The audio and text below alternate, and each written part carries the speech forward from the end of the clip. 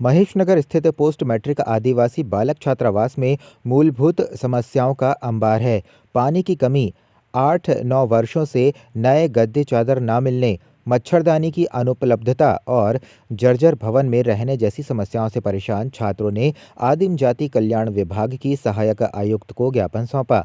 छत से प्लास्टर गिरने और खेल सामग्री न मिलने की शिकायत करते हुए उन्होंने नवीन भवन की मांग की। Post matric ST hostel Mahesh Nagar के बच्चे आए थे और उन्होंने कुछ समस्या बताई, तो उसका त्वरित निराकरण किए हैं और ये आज ही इस समस्या का समाधान हो जाए। भाठा गांव विनायक सिटी स्थित निर्माणाधीन मकान में मजदूरी करने आए नोहर दास मानिकपुरी तथा संतोष कुमार भी रहते थे। 19 नवंबर को संतोष कुमार के झोपड़ी में नोहर दास मानिकपुरी संतोष कुमार के साथ किसी बात को लेकर उससे विवाद करते हुए उसके साथ मारपीट करते हुए फावड़ा रांपा से संतोष कुमार के गले एवं शरीर पर गंभीर चोट पहुंचाकर उसकी हत्या कर दी। हत्या के बाद आरोपी मौके से फरार हो गए थे, जिसे पुलिस ने चंद घंटों के भीतर ही कुम्हारी जिला दुर्ग के पास गिरफ्तार कर लिया। कल शाम रात्रि करीब 10:15 बजे सूचना मिली कि विनायक सिटी में जो निर्माणाधीन मकान है, जहाँ पे झुग्गी में मजदूर रहते हैं, दो मजदूर, दोनों मजदूर के बीच मारपीट हो रही है। सूचना पे तत्काल मौके पे पुलिस पहुंची तो देखे कि एक मजदूर की मृत्यु हो चुकी थी और दूसरा मजदूर वहां से फरार हो चुका था मारने वाला। सूचना के बाद जब उनकी मृत्यु हो जाने के बाद मजदूर को तत्काल पंचनामा एवं अन्य कार्रवाई के लिए मेकाहारा रिफ़र किया गया और घटना में जो चक्षुदर्शी साक्ष्य एक महिला थी जो भी मजदूर के काम करते हैं, उनसे पूछताछ करने पे ये पता चला मृतक जो संतोष कुमार है और आरोपी जो नोहर दास मानिकपुरी है, इन दोनों के बीच सामान्य जो गाली गलौज होकर के मारपीट हुई थी और तूने मुझे गाली दिया है ऐसा करके नोहर दास ने उसको ठीक ठाक मारपीट किया और गला दबाया, जिस पे महिला ने आसपास लोगों की मदद मांगी, गार्ड की मदद मांगने गए, तब तक वापस आकर देखे तो जो संतोष कुमार का मृत्यु हो चुका था और नोहर दास वहाँ से फरार हो चुका था। सूचना पर हमने बॉडी को तो तत्काल रवाना कर दिए थे और नोहर दास का पता तलाश करने के लिए टीम रवाना हुआ, जो कुछ ही दूरी में उसको भी हिरासत में लिया गया है। अभी दोनों अपराध पंजीबद्ध किया जा चुका है, पंचनामा कार्रवाई की जा रही है और आगे की कार्रवाई की जा रही है। बलौदा बाजार जिले के थाना सिटी कोतवाली क्षेत्रांतर्गत ग्राम ढाबाडीह के पास एक बंद पड़े खदान के पानी में एक महिला की लाश तैरती हुई मिली थी, जिस पर थाना सिटी कोतवाली का पुलिस बल वरिष्ठ अधिकारियों के साथ तत्काल घटना स्थल पहुंचा एवं शव को पानी से निकालकर उसकी जांच पंचनामा कार्रवाई की गई। इस दौरान शव की विधिवत जांच पर से शव से 500-500 की 3 गड्डी में कुल 1.5 लाख रुपये मिले, जिसे विधिवत जब्त किया गया, जिसमें शव को किसी धारदार हथियार से गले आदि में घातक वार कर मृतक की हत्या करना पाया गया। शव का पोस्टमार्टम जांच कार्रवाई में शव किसी किन्नर का होना पाया गया। लाश मिली थी, उसके बारे में जानकारी।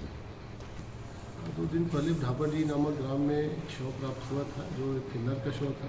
बाद में उसकी शिनाख्त रायपुर में रहने वाले काजल के रूप में हुई थी और उस घटनाक्रम के उपरांत एफएसएल की टीम और बाकी पुलिस के अधिकारी सारे पहुंचे हुए थे।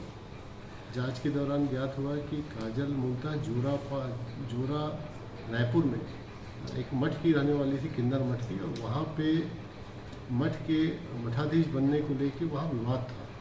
एक गुट खुद बनना चाहता था और काजल जो वर्तमान में मठाधीश है उनकी जगह लेने के लिए वो भी लालायित थी। इस बात को लेकर दोनों पक्षों के बीच पूर्व में भी विवाद हो गया।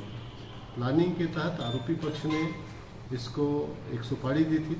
पहले 6 लाख की एक सुपारी एक व्यक्ति को दी थी, वो व्यक्ति किसी दूसरे कारण से जेल में चला गया, इसके उनका पैसा डूब गया। फिर 12 लाख में उन्होंने दूसरा व्यक्ति जो इनका ड्राइवर था उसको दिया था। वो ड्राइवर ने 2 और लड़कों को अरेंज किया था। इस प्रकार 3 वो लड़के और निशा और तपस्या ये मिलके इस घटना को अंजाम दिए। मूलतः किन्नर तपस्या गोंदिया की मुंबई की रहने वाली है और मुंबई से यहाँ 6 साल पहले आई थी और ये वर्तमान में जो ज्योति नायक किन्नर मठ में प्रमुख है, ये उसकी जगह लेना चाहती थी। लिहाजा ये विवाद तब से शुरू हुआ था और आपसी जो मनमुटाव था वो सुपारी किलिंग का कारण बना। मुख्यमंत्री विष्णुदेव साय 2 दिवसीय दिल्ली दौरे में केंद्रीय नागरिक उड्डयन मंत्री राम मोहन नायडू से भी मुलाकात किए। प्रदेश में उड्डयन के क्षेत्र में जो आवश्यकताएं हैं उसके विषय में अवगत कराया। उनसे बड़ी सार्थक चर्चा हुई। जल्द ही प्रदेश और केंद्र के अधिकारियों की बैठक होगी। हमने मांग रखी है कि रायपुर एयरपोर्ट को इंटरनेशनल एयरपोर्ट बनाया जाए, ये इंटरनेशनल कार्गो बनाया जाए। प्रधानमंत्री ने अंबिकापुर एयरपोर्ट का इनॉग्रेशन किया है, वहां फ्लाइट्स चालू की जाएं। आने वाले 15 दिसंबर से रायपुर से अंबिकापुर फ्लाइट की शुरुआत हो रही है। बिलासपुर में नाइट लैंडिंग की सुविधा नहीं है। उन्होंने आश्वस्त किया कि जल्द ही इसकी भी शुरुआत होगी। केंद्रीय नागरिक उड्डयन मंत्री श्री राम मोहन नायडू से भी मुलाकात किया और उनसे जो प्रदेश में उड्डयन के क्षेत्र में जो आवश्यकताएं हैं उनके विषय में अवगत कराया और बड़ी सार्थक चर्चा हुई है उनसे। और शीघ्र ही अधिकारियों का बैठक होगा, प्रदेश और केंद्रीय अधिकारियों का। और हमने मांग रखा है कि ये जो अपना एयरपोर्ट है रायपुर, इसको इंटरनेशनल एयरपोर्ट बनाया जाए, यहाँ इंटरनेशनल कार्गो बनाया जाए।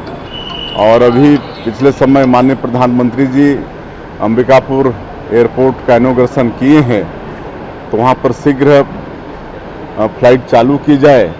तो आने वाले 15 दिसंबर से फ्लाइट चालू हो रही है, रायपुर से अंबिकापुर की फ्लाइट।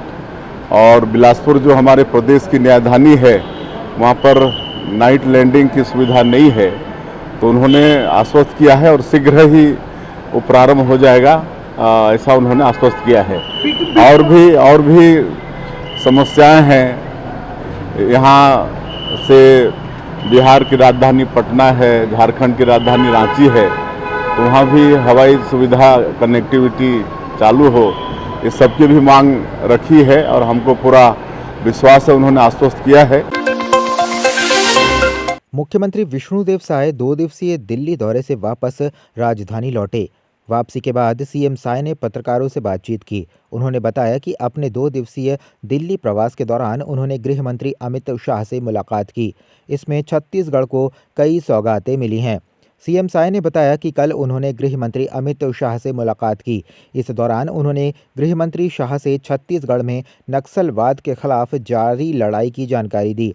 इसके अलावा उन्होंने छत्तीसगढ़ में बस्तर में चल रहे ओलंपिक के समापन समारोह में सम्मिलित होने के लिए आग्रह किया है।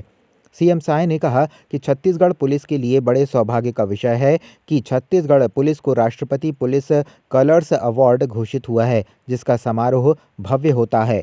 हाँ, हम अभी 2 दिन के दिल्ली प्रवास में थे और कल माननीय गृह मंत्री श्री अमित शाह जी से भी मुलाकात किया और उनसे छत्तीसगढ़ में जो गतिविधियां हैं, नक्सलवाद के साथ जो लड़ाई लड़ रहे हैं, वो सब जानकारी उनको दी। और अभी छत्तीसगढ़ बस्तर क्षेत्र में बस्तर ओलंपिक चल रहा है, उसके समापन समारोह में मुख्य अतिथि के रूप में वो शामिल हों, इसके लिए भी उनसे आग्रह किया। और छत्तीसगढ़ पुलिस के लिए बड़ा सौभाग्य का विषय है कि छत्तीसगढ़ पुलिस को राष्ट्रपति पुलिस कलर्स अवार्ड घोषित हुआ है, जिसका समारोह बड़ा भव्य होता है।